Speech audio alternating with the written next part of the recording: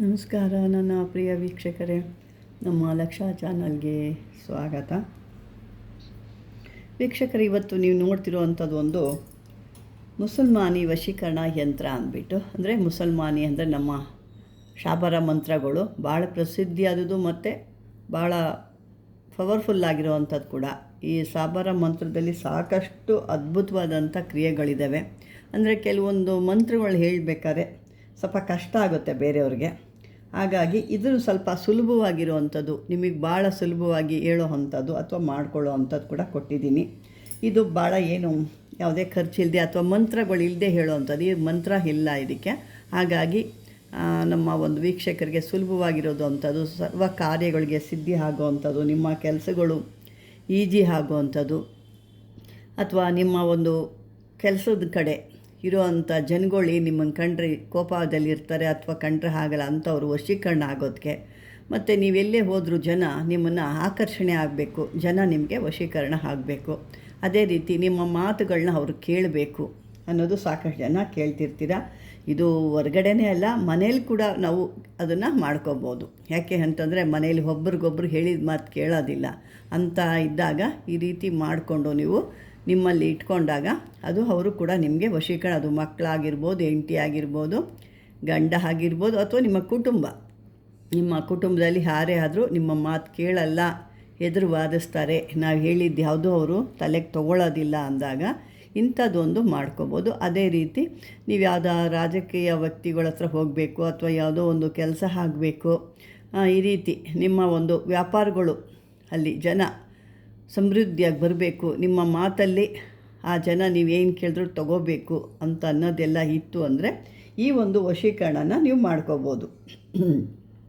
ಈ ವಶೀಕರಣ ಪ್ರಭಾವದಿಂದ ನಿಮ್ಮ ಎಲ್ಲ ಕೆಲಸಗಳು ಭಾಳ ಸಲೀಸಾಗಿ ಆಗುತ್ತೆ. ನಿಮ್ಮೆಲ್ಲ ಜನಗಳು ಕೂಡ ನಿಮ್ಮಲ್ಲಿ ವಶೀಕರಣ ಆಕರ್ಷಣೆ ಆಗ್ತಾರೆ. ಬನ್ನಿ ಇವತ್ತು ಅದನ್ನು ಯಾವ ರೀತಿ ಮಾಡ್ಕೊಳ್ಳೋದು ಅಂತ ನೋಡೋಣ. ಇದು ಶುಕ್ರವಾರ ದಿನ ಮಾಡಬೇಕು. ಈ ಶುಕ್ರವಾರ ಯಂತ್ರನ ನೀವು ಇದು ಮಾಡಬೇಕಾಗುತ್ತೆ. ಮತ್ತು ಇದಕ್ಕೆ ವಸ್ತುಗಳು ಯಾವುದು ಅಂದರೆ ಭೋಜಪತ್ರೆ. ಮಾಮೂಲಿ ಎಲ್ಲರಿಗೂ ಗೊತ್ತೇ ಇರುತ್ತೆ, ಭೋಜಪತ್ರೆ ನೋಡಿರ್ತೀರ. ಅದ್ರ ಮೇಲೆ ಈ ಒಂದು ಕೇಸರದ ಮಸಿಯಿಂದ ಬರಿಬೇಕು. ಇದು ಏನು ಇಲ್ಲಿ ಕೊಟ್ಟಿದ್ದಾರೆ ನೋಡಿ, ಅಕ್ಷರಗಳು ನಿಮಗೆಲ್ಲ ಕಾಣೋದು, ಅದಕ್ಕೆ ನಾನು ಜೂಮ್ ಮಾಡೇ ತೋರಿಸ್ತಿದ್ದೀನಿ. ಇಲ್ಲಿಲ್ಲಹ ಅಂತ ಹಾಕೋಬೇಕು ನೋಡಿ. ಅಲ್ಲೇನು ಕೊಟ್ಟಿದ್ದಾರೆ, ಅಲ್ಲಾಹ, ಕದಬ, ಅಲ್ಲಾಹ, ಮಧ್ಯದಲ್ಲಿ ಜಲಿ, ಅಲ್ಲಾಹ, ವಶೀರ, ಬಿಸ್ಮಿಲ್ಲಹ, ಅಲ್ಲಾಹ, ಕದಂಬ, ಅಲ್ಲಾಹ. ಮತ್ತು ಮೇಲ್ಗಡೆ ಏನು ಬರೆದಿರ್ತೀರೋ ಅದೇ ರೀತಿ ಬರುತ್ತೆ, ಮತ್ತು ಕಡೆನೂ ಅದೇ ರೀತಿ ಇಲ್ಲಿಲ್ಲಹ ಅಂತ ಅನ್ನೋದು ಕೂಡ ಬರುತ್ತೆ. ಈ ರೀತಿ ನೀವು ಆ ಮಸಿಯಿಂದ ಇದನ್ನು ಬರಿಬೇಕು. ಬರೆದು ಆದಮೇಲೆ ಅದನ್ನು ಒಂದು ದೇವ್ರ ಮೇಲೆ ಇಟ್ಬಿಟ್ಟು ಇದಕ್ಕೆ ಸಾಂಬ್ರಾಣಿ, ಧೂಪ, ಗಂಧ, ಪುಷ್ಪ, ಯಾವುದಾದ್ರೂ ಒಂದು ನೈವೇದ್ಯ, ಮೃಷ್ಟಾನ್ನ ಆಗ್ಬೋದು, ಯಾವುದಾದ್ರೂ ಒಂದು ನೈವೇದ್ಯ ಕೂಡ ಇಡಬೇಕಾಗುತ್ತೆ.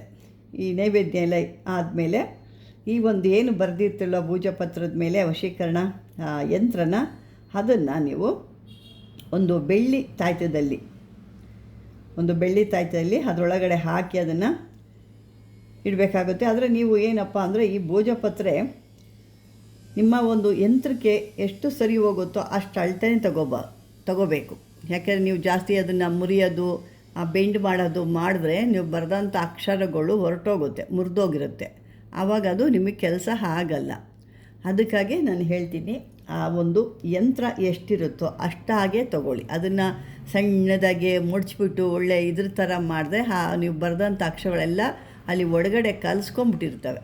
ಏಕೆ, ಅದು ನೀವು ಬರೆದ ಮಸಿ ಒಳಗಡೆ ಬರೆದಿರ್ತೀರ, ಕೇಸರ ಮಸೀಲಿ, ಅದೇನಾಗುತ್ತೆ ಎಲ್ಲ ಸ್ಪ್ರೆಡ್ ಆಗಿಬಿಡುತ್ತೆ. ಹಾಗಾಗಿ ಆ ರೀತಿ ಮಾಡ್ಕೋಬಾರ್ದು. ಸರಿಯಾದ ರೀತಿಯಲ್ಲಿ ಅದನ್ನು ಸುರುಳಿ ಮಾಡಿ ಇಡ್ಬೋದು. ಅದನ್ನು ಒಂದು ನಿಮಗೆ ಎಷ್ಟು ದೊಡ್ಡದು ಬೇಕೋ, ಎಷ್ಟು ನಿಮ್ಮ ಒಂದು ಯಂತ್ರ ಆಕಾರ ಎಷ್ಟಿರುತ್ತೋ ಅಷ್ಟು ಉದ್ದಕ್ಕೆ ನೀವು ಮಾಡಿಕೊಂಡು ಅದರೊಳಗಡೆ ಹಾಕಬೇಕಾಗತ್ತೆ.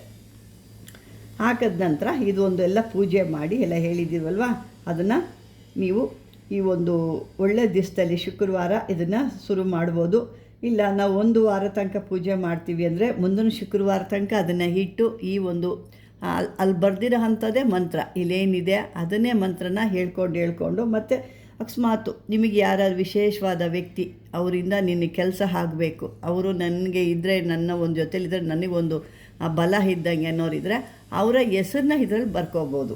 ಏನು ಬರೆದಿದ್ರೆ ಇಲ್ಲಿ ಕೊಟ್ಟಿದ್ದಾರಲ್ವ, ಆ ಇದರಲ್ಲಿ ನೀವು ಮಧ್ಯದಲ್ಲಿ ಬೇಕಾದ್ರೆ ಅವರ ಹೆಸರನ್ನ, ನನಗೆ ಇಂಥವರು ವಶಿ ಆಗಬೇಕು ಅಂದರೆ ವಿಶೇಷವಾದ ವ್ಯಕ್ತಿ ಇರಬೇಕು. ಸುಮ್ಮನೆ ಸಿಕ್ಕದವರೆಲ್ಲ ಬರ್ಕೊಳಕ್ಕಾಗಲ್ಲ. ಅಥವಾ ಹೆಣ್ಮಕ್ಳು ಯಾರೋ ಮನೆಯ ಹೆಣ್ಮಕ್ಳು ನಿಮಗೆ ವಶ ಆಗಲಿ ಅಂದರೆ ಅದು ನಿಮಗೆ ನಿಮ್ಮ ಮನೆ ಹೆಣ್ಣುಮಕ್ಕಳು ಉಲ್ಟಾ ಹೊಡೆಯುತ್ತಾರೆ. ಅದಕ್ಕೆ ಆ ರೀತಿ ಮಾಡೋಕ್ಕೆ ಹೋಗಬೇಡಿ.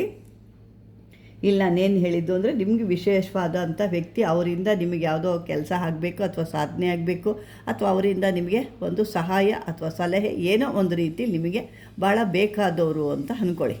ಆ ರೀತಿ ಇದ್ದಾಗ ಅವ್ರನ್ನೂ ಕೂಡ ನೀವಿಲ್ಲಿ ಹೆಸರನ್ನ ಒಂದು ಬರ್ಕೋಬೋದು. ಎಲ್ಲಾದರೂ ಈ ಮಧ್ಯದಲ್ಲಿ ಬಾಕ್ಸ್ ಏನಿದೆ ಅಲ್ಲ, ಆ ಬಾಕ್ಸ್ಗಳಲ್ಲಿ ಈ ಜಲಿ ಅಲ್ಲಾಹ ವಶೀರ ಬಿಸ್ಮಿಲ್ಲಾಹ ಅಂತ ಏನು ಕೊಟ್ಟಿದ್ದೀವಿ, ಆ ಮಧ್ಯದಲ್ಲಿ ಎಲ್ಲರೂ ಒಂದು ಕಡೆ ಚಿಕ್ಕದಾಗಿ ನೀವು ಬರ್ಕೋಬೋದು. ಬರೆದು ಆದಮೇಲೆ ಅದನ್ನು ಮೊದಲೇ ಹೇಳ್ದಂಗೆ ಒಂದು ವಾರ ತನಕ ಇಟ್ಟು ಪೂಜೆ ಮಾಡ್ಬೋದು. ಇಂಥವ್ರು ನನಗೆ ವಶ ಆಗಬೇಕು, ಇಂಥವ್ರಿಂದ ನನಗೆ ಕೆಲಸ ಆಗಬೇಕು, ಅವ್ರು ನನಗೆ ವಶ ಆಗಲೇಬೇಕು ಅಂತ ಹೇಳಿಬಿಟ್ಟು ನೀವು ಹೇಳ್ಕೊಬೋದು. ಇಲ್ಲ ನಾನು ಅವತ್ತೇ ಹಾಕ್ಕೊಳ್ತೀನಿ ಅಂದರೆ ಅವತ್ತೇ ಅವರ ಹೆಸರು ಹಾಕ್ಕೊಂಡು ಕೂಡ ನೀವು ಧಾರಣೆ ಮಾಡ್ಕೋಬೋದು. ಆ ರೀತಿ ಮಾಡಿಕೊಂಡಾಗ ಈ ಒಂದು ಯಂತ್ರದ ಒಂದು ಪ್ರಭಾವದಿಂದ ಅವರೇನಿದ್ದಾರೆ ನಿಮ್ಮ ಸುತ್ತಮುತ್ತ ಜನಗಳ ಕುಟುಂಬ ಇರ್ಬೋದು, ಹೊರಗಡೆ ಸ್ನೇಹ ಇರ್ಬೋದು, ಅಥವಾ ಯಾವುದಾದ್ರು ಒಂದು ಕಚೇರಿಗಳಲ್ಲಿ ಕೂಡ ಇರ್ಬೋದು, ಅವರೆಲ್ಲ ಕೂಡ ನಿಮಗೆ ವಶ ಆಗ್ತಾರೆ. ಮತ್ತು ಅದೇ ರೀತಿ ಅವರು ನಿಮ್ಮನ್ನು ಕಂಡ್ರೆ ಒಂದು ಗೌರವ ಅಥವಾ ಒಂದು ಮರ್ಯಾದೆಯನ್ನು ಕೊಡ್ತಾರೆ ಅಂತ ಸಾಕಷ್ಟು ಇದರಲ್ಲಿ ಕೊಟ್ಟಿದ್ದಾರೆ. ಅದೇ ರೀತಿ ಮಾಡ್ಕೊಳ್ಳಿ. ಯಾಕೆಂದರೆ ಸಾಕಷ್ಟು ಹೇಳ್ತಿರ್ತೀರ, ಮನೆಯಲ್ಲೇ ಆಗ್ಬೋದು, ಹೊರಗಡೆ ಆಗ್ಬೋದು. ನನಗಿಲ್ಲಿ ಹೋದಾಗ ನಮ್ಮ ಅಧಿಕಾರಿ ಒಂದು ಕಿರಿಕ್ ಮಾಡ್ತಾನೆ. ನನಗೂ ಮೊನ್ನೆ ಒಂದು ಸ್ವಲ್ಪ ಜನರಿಂದ ಫೋನ್ ಮಾಡಿದರು, ಯಾವುದೋ ಒಂದು ಹಾಸ್ಪಿಟ್ಲಾಗ ಕೆಲಸ ಮಾಡ್ತಾಯಿದ್ದೀನಿ, ಅಲ್ಲಿ ಭಾಳ ಕಿರಿಕ್ ಮಾಡ್ತಾರೆ, ನಂಗೆ ಸ್ಯಾಲ್ರಿ ಕೂಡ ಸರಿಯಾಗಿ ಕೊಡೋದಿಲ್ಲ, ಈ ಸಿಕ್ಕಾಪಟ್ಟೆ ಕಿರಿಕ್ ಮಾಡ್ತಾರೆ ಅಂತ ಹೇಳಿದ್ರು. ಮತ್ತೊಬ್ಬರು ಯಾವುದೋ ಒಂದು ಪ್ರೈವೇಟ್ ಕಂಪ್ನಿಲಿ ಕೆಲಸ ಮಾಡ್ತಾಯಿದ್ದೀನಿ, ಅವರು ಎಷ್ಟೋ ವರ್ಷದಿಂದ ನನಗೆ ಬರೀ ನೈಟ್ ಡ್ಯೂಟಿನೇ ಹಾಕ್ತಾಯಿದ್ದಾರೆ, ಕೇಳಿದ್ರೆ ಇದ್ದರೆ ಇರು, ಹೋದರೆ ಹೋಗು ಅಂತ ಹೇಳ್ತಾರೆ.